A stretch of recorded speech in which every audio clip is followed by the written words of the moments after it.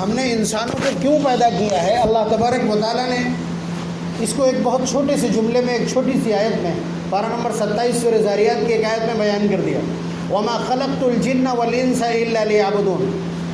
اب میں اس کو کہہ رہا ہوں کہ بہت چھوٹی سی بات اور بہت چھوٹی سی آیت، بہت چھوٹا سا چیپٹر، بہت چھوٹا سا عنوان، لیکن KG1 سے لے کر کے PhD کر لینے والے تک آپ سمجھیے کہ اس سوال کا جواب نہیں جانتے۔ ہم نے اسی میں اپنی توجہ لگائی، اسی پر ساری دولت صرف کی، اسی کو اپنا ایم بنایا، اسی کو اپنا ٹارگٹ بنایا، اور اولاد کو اسی کے ارد گرد نچایا، اسی محور اور مدار پہ ان کی حرکت کروائی۔ آپ سمجھ رہے ہیں؟ لیکن وہ اس کا بھی جواب نہیں دے پائیں گے کہ اللہ نے ہم کو کیوں پیدا کیا، ہم کو کس نے پیدا کیا، یہ شاید جواب دے دیں، لیکن ہم کو اللہ تبارک و تعالیٰ نے کیوں پیدا کیا اس کا جواب تھوڑا سا مشکل ہو جائے گا ان کے لیے۔ قرآن کریم کی اس آیت نے اس کی وضاحت کر دی، فرمایا وَمَا خَلَقْتُ الْجِنَّ وَالْإِنسَ إِلَّا لِيَعْبُدُونَ، کہ میں نے انسانوں اور جناتوں کو صرف اور صرف اپنی عبادت کے لیے پیدا کیا، اپنی بندگی کے لیے پیدا کیا، اپنی غلامی کے لیے پیدا کیا، اپنی ماننے کے لیے پیدا کیا۔ اب آپ کہیں گے کہ اللہ نے ہم کو اپنی عبادت کے لیے پیدا کیا، صرف کا لفظ بھی ہے، اِلَّا لِيَعْبُدُونَ، حصر۔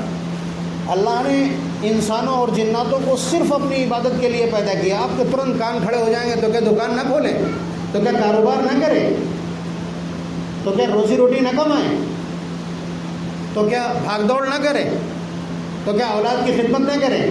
آپ ترنت سوالات کا انبار لگا دیں گے، لیکن علماء کے سامنے آپ کے سوالات بہت چھوٹے پڑ جائیں گے، اس لیے کہ وہ قرآن کریم کے بحر زخار کے شناور ہوتے ہیں۔ آپ سمجھ رہے ہیں؟ تو یہی چیز صرف سیکھنا ہے۔ آپ کی غلطی یہ ہے کہ آپ نے صرف نماز پڑھنے کو، روزہ رکھنے کو، زکوٰۃ دینے کو اور حج کرنے کو، یا تقریر سن لینے کو، یا تلاوت کر لینے کو، یا لا الہ الا اللہ کہہ لینے کو عبادت سمجھا ہے۔ غلطی آپ کے پالے میں، مسٹیک آپ نے کی، ہم نے نہیں۔ بس یہی ہے وہ سوال جس کے جواب کی تلاش میں یہ مجلس منعقد کی گئی۔ آپ اپنی زندگی کا ایک ایک لمحہ عبادت بنا سکتے ہیں، جس طرح آپ چل رہے ہیں، آپ جس طرح چل رہے ہیں، جس طرح کاروبار کر رہے ہیں، جس طرح کی آپ کی مصروفیات ہیں، جس طرح کی آپ کی دنچریا ہے، جس طرح کا آپ کا ٹائم ٹیبل ہے، جس طرح کا آپ دن گزار رہے ہیں، جس طرح کی آپ کی یہ عمر آگے بڑھ رہی ہے، اس کو اپنی جگہ رکھتے ہوئے سب چیزوں کو عبادت بنایا جا سکتا ہے، بہت تھوڑے سے کریکشن کے ساتھ، بہت تھوڑی سی اصلاح اور تصحیح کے ساتھ۔ یہ تصوف کا حاصل ہے۔ مفتی صاحب بتلائیں گے تفصیلات، میری تعبیرات الگ ہو سکتی۔ یعنی اللہ تعالیٰ فرما رہے میں نے تم کو اور ان جناتوں کو صرف اپنی عبادت، اپنی غلامی اور اپنی بندگی کے لیے پیدا کیا ہے۔ تو آپ کہیں گے ہر ٹائم سجدے میں پڑے رہے کیا، ہر ٹائم قرآن کھولے بیٹھے رہیں کیا، ہر ٹائم تسبیح لیے بیٹھے رہیں؟ جی نہیں، آپ سب کچھ کیجئے، بس یہ سوچ لیجئے کہ کاروبار عبادت کیسے بنے گا، سونا عبادت کیسے بنے گا، چلنا پھرنا عبادت کیسے بنے گا، زندگی کے یہ سارے شعبے کس طرح سے عبادت بنے گی۔ آپ کا بچہ ہے، چھوٹا سا بچہ ہے، پوتا ہے آپ کا یا بیٹا ہے، ظاہر سی بات ہے جیسے ہی نظر پڑے گی ویسے ہی آپ کا جی چاہے گا اوپر اٹھا لیں اور سینے سے لگا لیں، ٹھیک ہے، آپ نے ایسے ہی اٹھا لیا، کوئی خاص بات نہیں۔ اسی گود میں لینے کو اور اسی پیار کرنے کو اگر عبادت بنانا ہو، صرف اتنی سی نیت کر لیجئے کہ یہ میرا بیٹا ہے، اس پر شفقت کی نگاہ ڈالنا یا اس سے شفقت کرنا میری ذمہ داری ہے۔ نبی اکرم صلی اللہ علیہ وسلم کا ارشاد، من لم یرحم صغیرنا ولم یوقر کبیرنا ولم یعظم علماءنا فلیس منا، جو اپنے چھوٹوں پر شفقت نہ کرے، چھوٹا چاہے کوئی بھی ہو اس پر شفقت چاہیے، یہ تو اولاد ہے۔ اگر یہ سوچ کر کے سینے سے لگایا تو یہ سینے سے لگانا عبادت ہے۔ ابھی ناظم اجلاس نے، ناظم محفل نے، مولوی اسامہ نے ایک جملہ کہا تھا، اس کو میں اور تھوڑا سا رنگین بنا کے پیش کر رہا ہوں۔ آپ اندازہ کیجئے کہ بیت الخلاء میں جانا یہ آپ کے لیے قابل نفرت ہے، اس لیے کہ وہ سب سے گندی جگہ ہے، گندی جگہ ہے آپ کی حس کے اعتبار سے بھی اور عبادت کے اعتبار سے بھی۔ بیت الخلاء سے جب آپ نکلتے ہیں تو آپ کو کیا کہنا ہوتا ہے؟ غفرانک، اے اللہ معافی چاہتا ہوں، اے اللہ معافی چاہتا ہوں۔ بھائی کیا غلطی کرے ہیں آپ اندر؟ آپ کیا غلطی کر کے؟ یہ تصوف سے جڑا ہوا مسئلہ ہے۔ کیا غلطی آپ کر کے آئے کہ آپ نے دعا پڑھنے سے پہلے کیا کہا؟ غفرانک، اے اللہ معافی چاہتا ہوں۔ کیوں معافی چاہتے؟ کیا غلطی ہو گئی؟ جی غلطی یہ ہے کہ جب تک آپ بیت الخلاء میں تھے اس وقت تک آپ اللہ کا نام لینے سے محروم رہے، آپ اللہ تبارک و تعالیٰ کا ذکر نہیں کر سکتے تھے، اور اتنی دیر تک اللہ کے ذکر سے محروم رہنا یہ ایک بڑا گناہ ہے، اس گناہ کی معافی پہلے۔ اور آپ سوچئے پورا دن گزر جاتا ہے، اللہ تعالیٰ کا نام زبان پر نہیں گزرتا ہے۔ تصوف کے جو آگے کے اسباق ہیں وہ یہ ہے کہ آپ کی کوئی سانس، پاس انفاس، یہ ایک سبق ہے، کوئی بھی آپ کی سانس اللہ کے ذکر کے بغیر اندر باہر نہیں ہونا چاہیے۔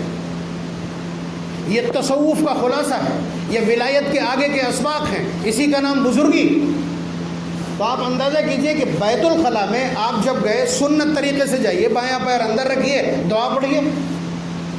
دعا نہیں پڑھیں گے تو آپ نقصان اٹھا جائیں گے۔ حضور نے فرمایا ان هذه الحشوش محتضرة، یہ جو پخانہ کرنے کی جگہ ہیں، چاہے وہ جھاڑیاں ہوں چاہے وہ بیت الخلاء ہوں، یہاں جناتوں شیاطین کی بھیڑ ہوتی باقاعدہ۔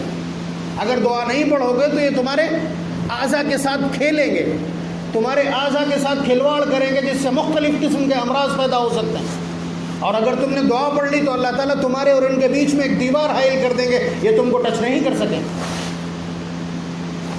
آپ سمجھ رہے ہیں؟ تو اگر آپ بیت الخلاء میں بیٹھے، آپ دیکھیے گندی جگہ ہے اور اتنی دیر تک آپ نے ذکر نہیں کیا ہے اور نکلتے ہی آپ کو معافی مانگنا پڑی ہے، لیکن اگر سنت طریقے سے اندر گئے ہیں تو بیت الخلاء میں یہ بیٹھنا بھی عبادت ہے۔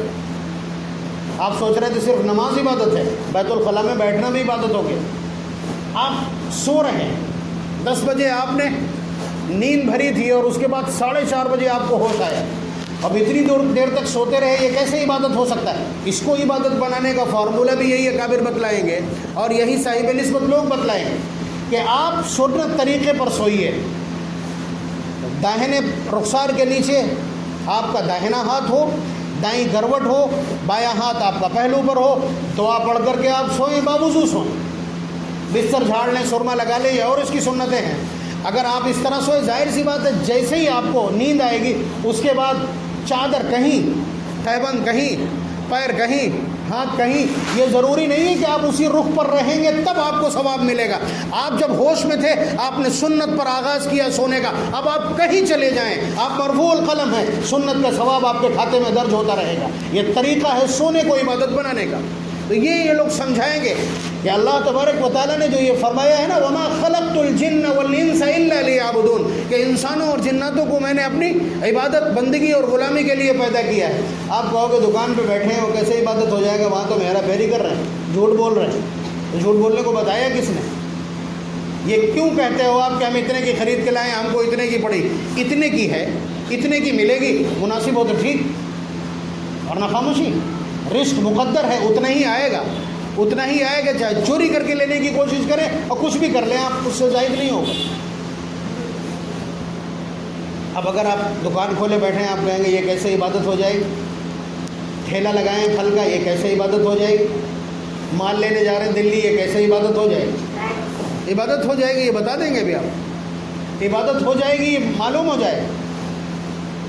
آپ صرف اتنی سی نیت کر لیں کہ میرے انڈر سپرویژن، میری کفالت میں، میری ذمہ داری میں، میری بیوی ہے جس کی کفالت میرے ذمہ ہے، میری اولاد ہے جس کی کفالت میرے ذمہ ہے، ان کی کفالت کے لیے حلال رزق حاصل کرنے کو یہ میری بات دوڑ ہے۔ ذہن میں ایک بار آپ کے یہ ریل گھوم جائے، آپ کا مال لینے جانا، آپ کا ٹھیلا لگانا، آپ کا دکان پر بیٹھنا، یہ سب عبادت ہے۔ تو اپنی پوری زندگی کو، زندگی کے ایک ایک شعبے کو، زندگی کے ایک ایک قدم کو، زندگی کی ایک ایک نقل و حرکت کو عبادت کیسے بنایا جائے گا، اس مقصد کو، اس ٹارگیٹ کو اچیو کیسے کیا جائے گا، اس ٹارگیٹ کو پایا کیسے جائے گا جو اللہ تبارک و تعالیٰ نے ہمارے سامنے رکھ دیا کہ میں نے انسانوں اور جناتوں کو صرف اپنی عبدیت، غلامی اور بندگی کے لیے پیدا کیا۔ تو ہر چیز کو عبادت کیسے بنایا جائے گا یہ ہنر سیکھنا پڑے گا۔ تو آپ نے دیکھا سب سے زیادہ کس چیز کا تذکرہ آ گیا؟ ہر کام کے کرنے سے پہلے اپنی نیت کی درستگی۔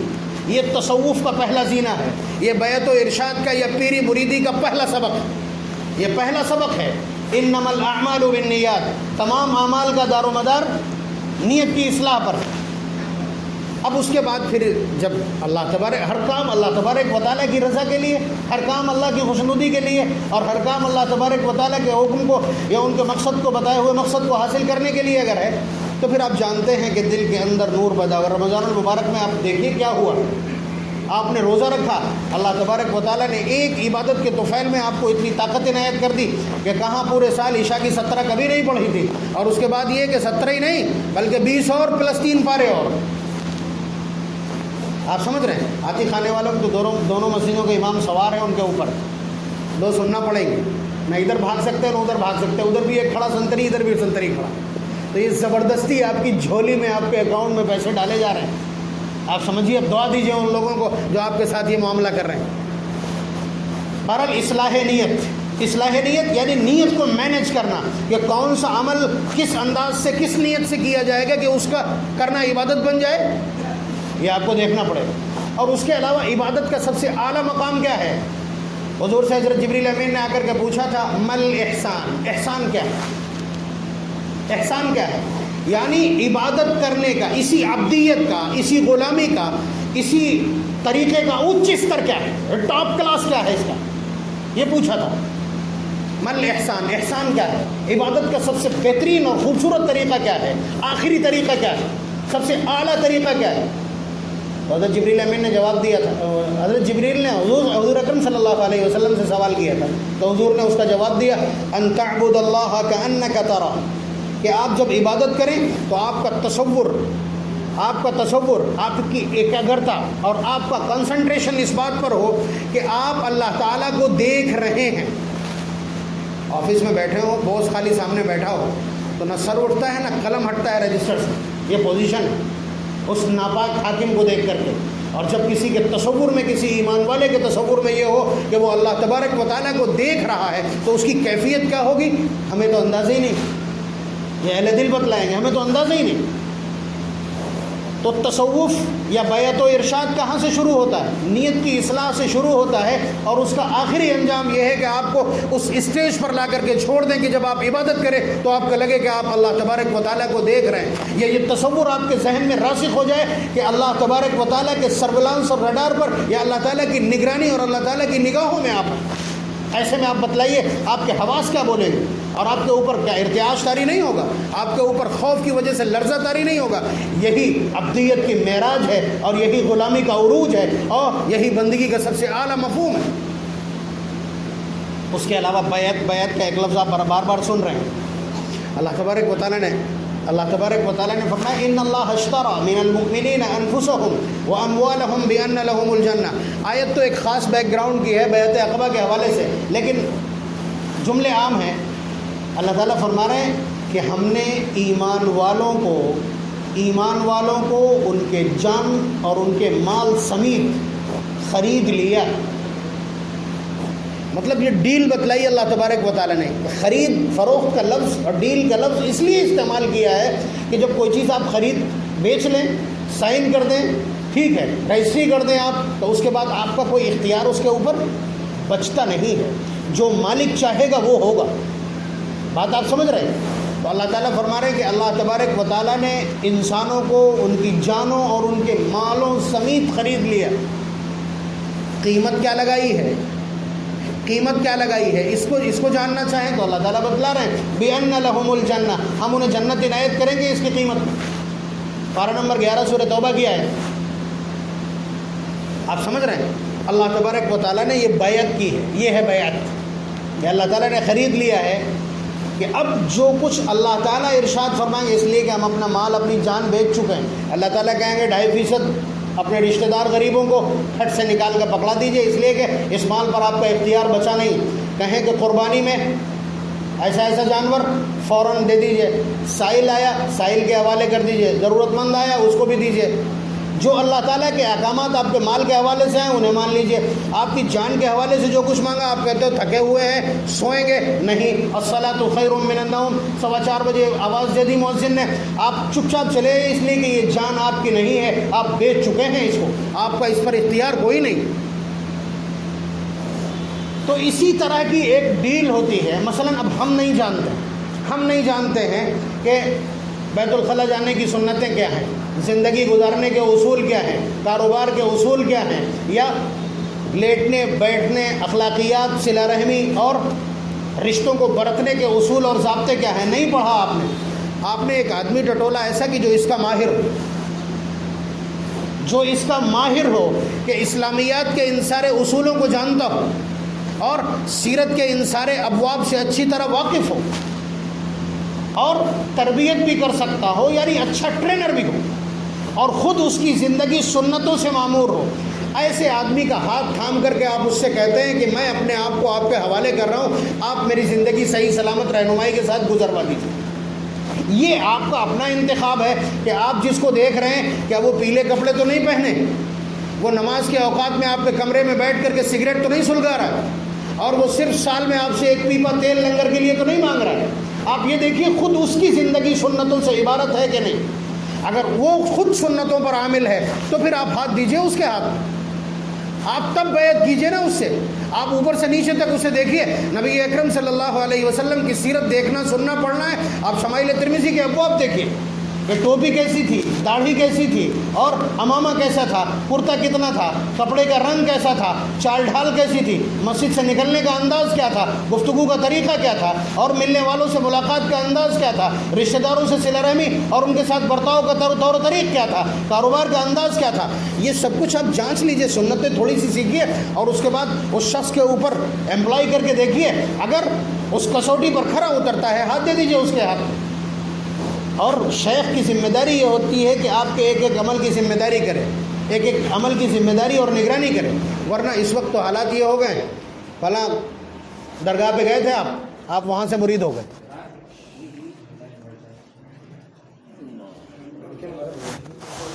کیا ترتیب ہے ہماری؟ بس دوسرا منٹ میرا خیال۔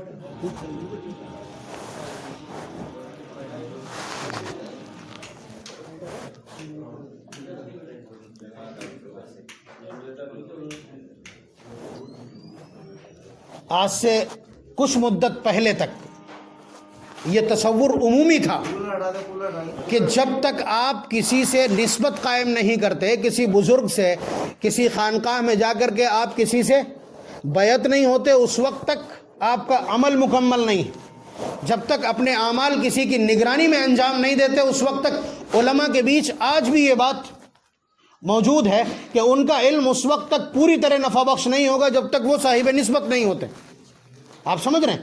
یہ ایک بہت بڑا دستور، بڑا کانسیپٹ تھا، لیکن اس کو ملیامیٹ کیا، ابھی میں نے ایک جملہ بولا تھا، اس کو ملیامیٹ کیا کسی اور جملے نے، پیری مریدی۔ اب پیری مریدی کا تصور صرف اتنا سا رہ گیا ہے کہ آپ فلاں مزار پہ تشریف لے گئے، وہاں جو مجاور تھا اس نے آپ کو پانی پلا دیا، کھجور کھلا دی یا کیا کرا دیا، اب اس کے بعد آپ وہاں کے مرید ہو گئے، وہاں اگر پیلے کپڑے بتا دیے گئے تو وہ یونیفارم آپ نے دھارن کر لی، ٹھیک ہے، بڑے بڑے بال بتا دیے گئے تو بڑے بڑے بال رکھ لیے۔ یہ آپ نے نہیں دیکھا کہ بھینسے کا گوشت کھانا حلال ہے یا نہیں حلال ہے، انہوں نے حرام کہہ دیا تو آپ نے حرام سمجھ لیا اس کو۔ آپ سمجھ رہے ہیں؟ اور پھر اس کے بعد اب وہ آپ کے اعمال سے انہیں مطلب نہیں ہے، اعمال سے مطلب نہیں ہے، آپ چاہے جوا کھیلیں، چاہے شراب پئیں، چاہے نماز پڑھیں یا نہ پڑھیں، ایک بار نہ آپ سے سوال کیا جائے گا نہ پوچھا جائے گا۔ بس جس وقت سالانہ عرس ہو آپ اتنا سامان پہنچا دیجیے گا، چادر پہنچا دیجیے گا۔ اس تصور نے، اس عمل نے اس پورے نظام بیعت و ارشاد کو اس طرح سے بدنام اور بے قیمت کر دیا ہے کہ اس وقت ہم سب بے مہار، علماء سمیت بے مہار، اور یہ بڑا نقصان تھا۔ اس کی وجہ سے نیتوں میں فتور ہوا، ٹھیک ہے، اس کی وجہ سے اعمال کے گراف میں گراوٹ آئی ہے، اس کی وجہ سے اخلاص میں گراوٹ آئی ہے، اور اس کی وجہ سے ہمارے کاروبار کے انداز بدلے ہیں۔ آج جو جتنا جھوٹ بول لے وہ اتنا بڑا بزنس مین ہے، آج جو جتنا فراڈ کر لے وہ اتنا ہی بڑا ہنرمند ہے۔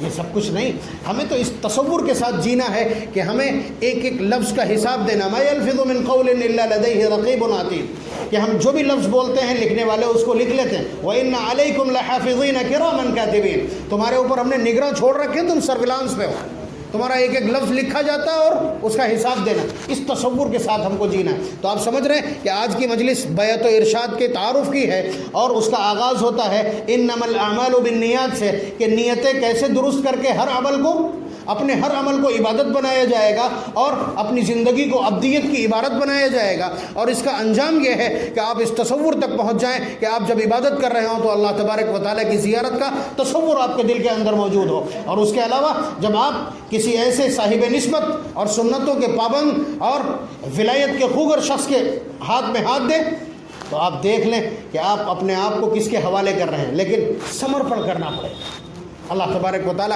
ہماری اس مجلس کو بے پناہ قبول فرمائے اور بیعت و ارشاد کے اس سلسلے کو آگے بڑھائے اور ہر شخص کو صاحب نسبت بنا دے تاکہ انہیں ذکر کا طریقہ معلوم ہو سکے، عبدیت کا مفہوم سمجھ میں آ سکے۔